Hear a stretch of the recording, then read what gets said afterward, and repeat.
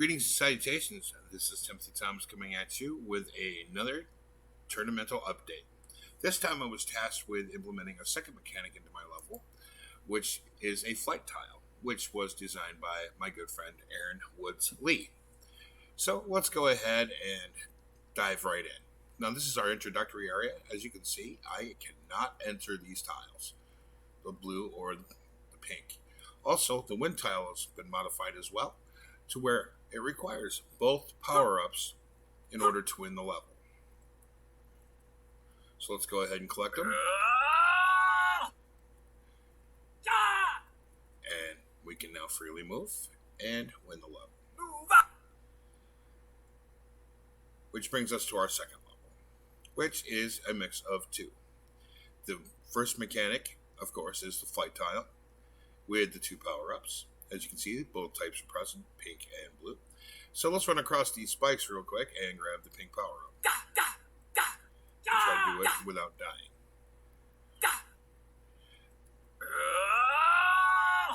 Alright, we're going to dance back over here.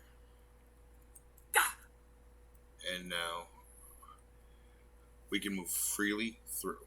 Okay, so let's go ahead and push that out of our way. So you can see there's two different paths. I can go left or I can go right. So let's go ahead and go left this time. And we float across. Safely, we win. Which brings us to our third and final level. A little bit of a nostalgic kick here from Cubert. So let's go ahead and collect our power-ups. Now this puzzle is the same as before. It's all about survival. Least amount of damage possible. There are several paths we can choose from. Several different ways we can win. Our job is to get through these without dying, or take the path of least resistance. So let's go ahead and do so. We're going to go ahead and take the path of least resistance first. Go, go, go! Go, go, go! Lost a whole 2 hit points. Now, just to show it up a little bit, I'm going to reset the level and show what would happen if we took a different path. Collect our power-ups.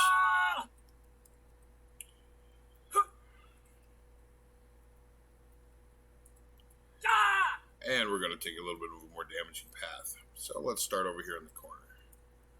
So we're going to go here. Here. Go, go, go! Go, go, go! And we've taken a little bit more damage this time. Now, let's go ahead and just win the situation and explain it all.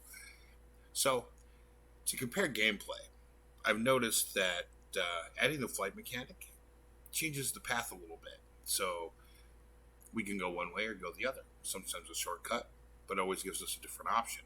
So it kind of enhances it a way to where we're not always set on going on one different way and one different direction. So the pathways change, which makes it really interesting. So let's go see how it works. We can go down here, bring up Unreal, and we're going to go over some blueprints. So to start out, let's go with the flight tile. Now the flight tile and the key tile both have the same functionality. We begin play. We call to our parent. We set the actor of class. In this case, it's the airborne. On the other blueprint, it's the same. It would be the key flight. Now, we bind an event to the airborne so we can collect it and it's present in the level. Created a custom event and we'll set the boolean to true, which moves us on to how it interacts with the actual item itself. So let's go ahead and go to the airborne. Now, like I said, functionality is the same on both this blueprint and this blueprint. First, we call our interactables out. So, we event on interact, call to the parent, and spawn a sound there to know that we're going to collect it, and to confirm that we've collected it, excuse me, and then we call the airborne in from its event dispatcher.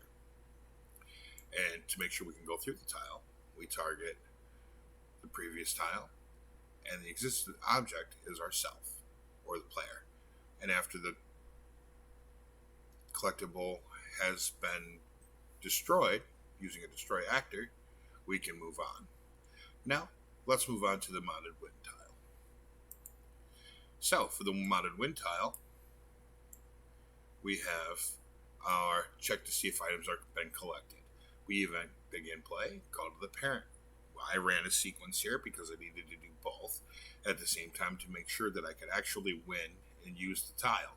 So I called out to get my actors of class, both airborne and cleave flight, set custom events, and bound both booleans to true. Now this goes ahead and checks to make sure we have both items.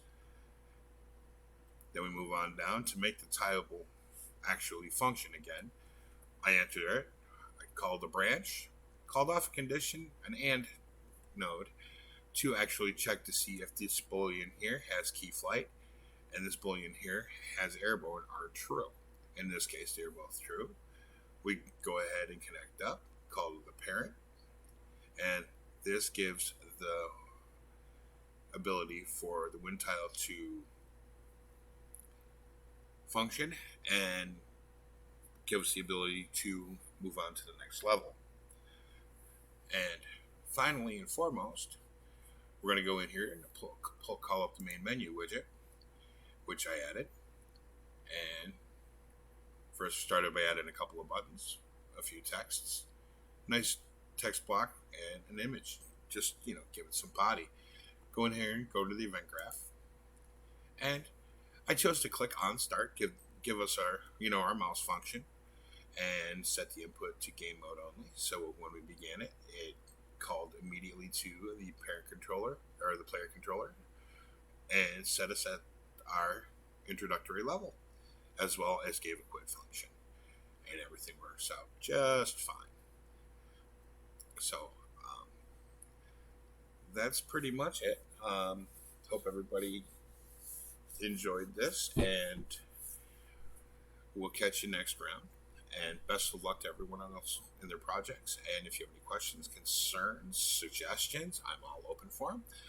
You can hit me up here on my YouTube channel or send me an email through school.